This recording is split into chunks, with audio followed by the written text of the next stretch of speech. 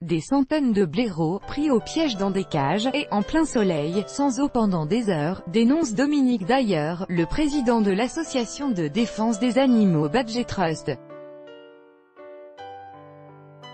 La politique d'abattage des blaireaux outre-Manche, qui consiste à les piéger dans des cages avant de les abattre, est dans le collimateur des associations de défense des animaux.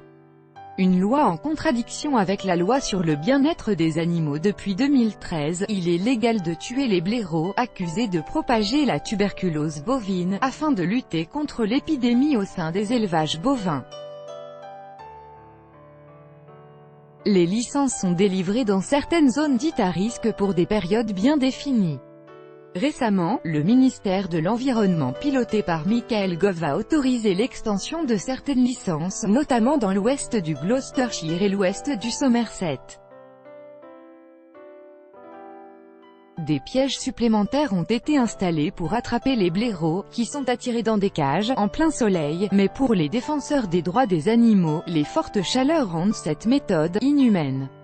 Le gouvernement est accusé de ne pas respecter l'Animal Welfare Act 2006, la loi sur le bien-être des animaux, qui interdit de causer de la souffrance à un animal.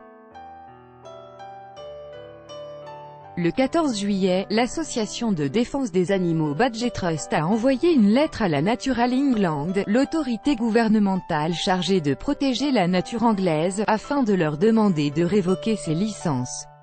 Un animal diabolisé, mais qui fait partie des espèces protégées depuis la mise en place de la politique d'abattage des blaireaux en 2013, quelques 30 000 animaux ont été tués. Pour les défenseurs de la cause animale, cet abattage n'est pas justifié. Le Badger Trust, l'association de défense des animaux, a porté cette affaire devant la Haute Cour de justice qui devrait rendre sa réponse dans quelques semaines. L'association estime que le gouvernement n'a pas correctement évalué l'impact de cet abattage sur l'habitat sauvage de cet animal, diabolisé, qui est une espèce protégée. Plusieurs rapports d'experts ont montré que l'abattage de blaireaux n'a pas permis d'endiguer la propagation de la tuberculose bovine. La contamination se fait avant tout entre bovins.